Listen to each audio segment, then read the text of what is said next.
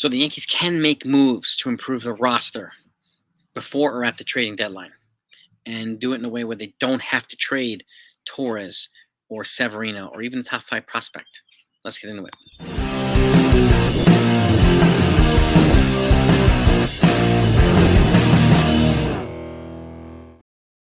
Okay, so I want to continue to talk about this a little bit because a lot of folks are obviously still frustrated, and there are so many folks that are focusing on a lot of the problems that the Yankees are having, and that's totally fine. And I talked about this recently, and I proposed trades that that included guys like Luis Severino or Gleyber Torres, and some even higher prospects. But there are teams here that have needs that the Yankees could take on, and address things like pitching and starting and relief or left field in a way that doesn't require them to forfeit a lot of the players or some of the players that a lot of fans want to stay here. So let's get into that because I want to give you those options too. And not just, well, we got to move Torres for this. We got to move. You don't have to. Okay.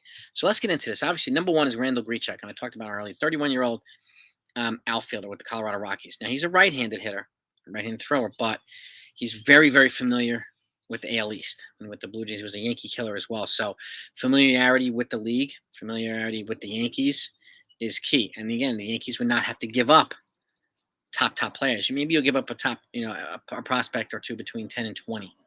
Okay. And that'll satisfy the Rockies' desires or whatnot.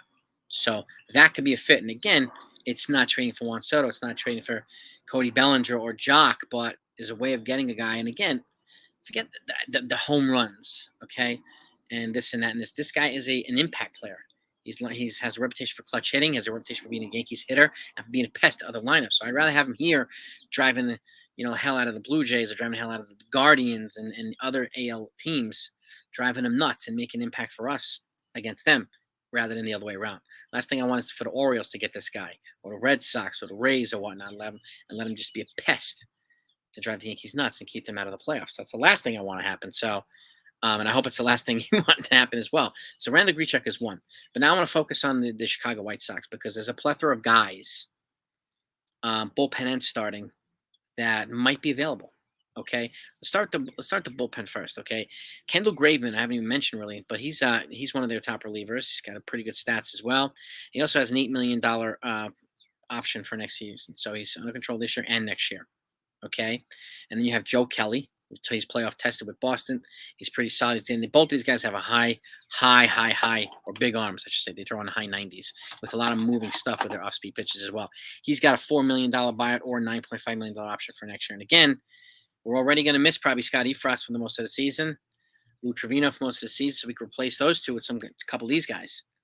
And remember, one of the big motivations of the Chicago White Sox is to what? Shed payroll.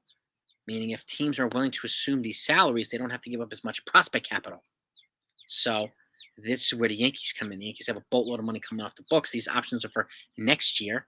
So the Yankees could acquire them at the deadline this year, let them be part of the playoff push, and give them prospects. I mean, again, I don't think anybody, anybody in the top 10 will be necessary to forfeit. You'd have to give up maybe 10 to 20, between 10 and 20, a couple of prospects or whatnot. So, and that's the type of trade that the Yankees can make. And I know a lot of folks want the blockbuster trade. And again, if they're going to go for Juan Soto, you're giving up a ton. Or whoever, Shohei Ohtani, you're giving up a ton. You're giving up the farm. These are trades that allow the Yankees to keep Gleyber Torres, his bat, and still get guys like this and upgrade in the bullpen. Okay, and then you've got guys, I'm looking down because I have my notes here.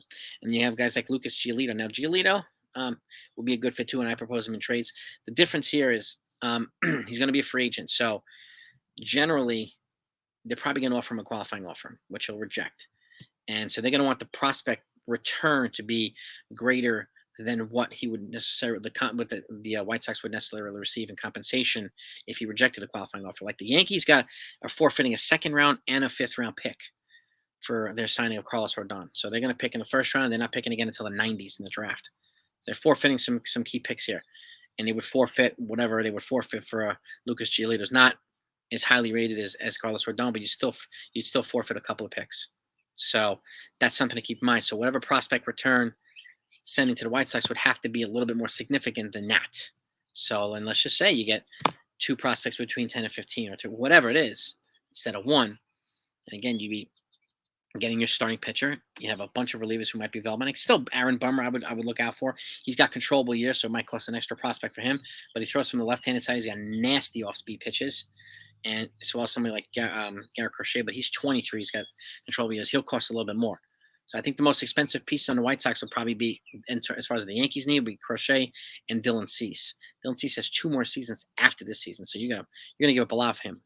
So that's what they want, and then they're gonna have to fork up more. But this provides them an opportunity to upgrade again in multiple positions without having to forfeit Severino, without having to forfeit Dominguez or Spencer Jones or Will Warren or Gleyber Torres or any of the top guys, Oswald Peraza. You can get any of these guys without having to have a Peraza. So, which is, I mean, ideal. It really, really is ideal. And again, if you get Kendall Graveman and Joe Kelly over here, 2 valuable weapons in the bullpen, or Joe Kelly and Bummer, or Graveman and Bummer, whatever combination, okay, be really, really getting with Ryan Weber potentially being out for a while too. You're getting major league quality reinforcements who are performing on an underperforming team.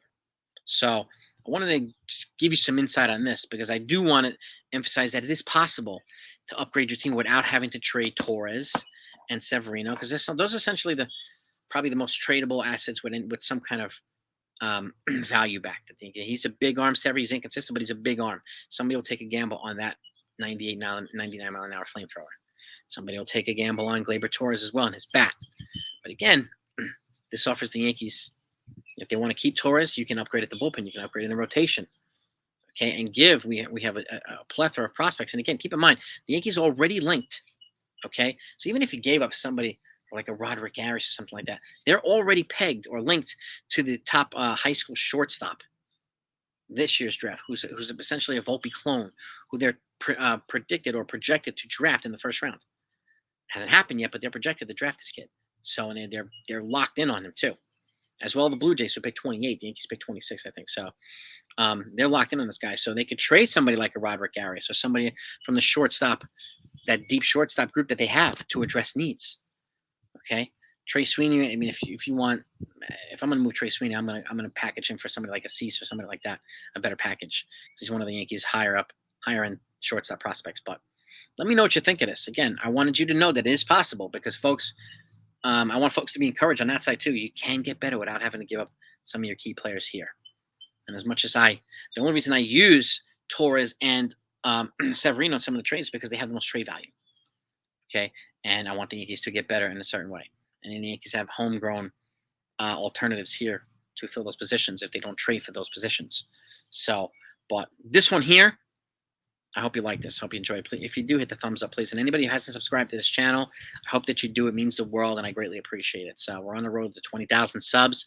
We're trying to get there by the end of the summer if we can. So, these names here, we got Kendall, again, Randall Grichuk for the outfield, Kendall Graveman, Joe Kelly, and you have Aaron Bummer for the bullpen, okay? And you have Lucas Giolito for the rotation. I'm sure they're going to focus on some other guys as well who might be a little bit more expensive. But Giolito's going to be a free agent. And again, you can get some of these guys without having to bankrupt your farm, especially if you're taking on some of those contracts for next year, which the White Sox really want a team to do. If you take on contracts, the prospect package will be less robust. So let's talk about it, gang. Have a great day. Talk to you later.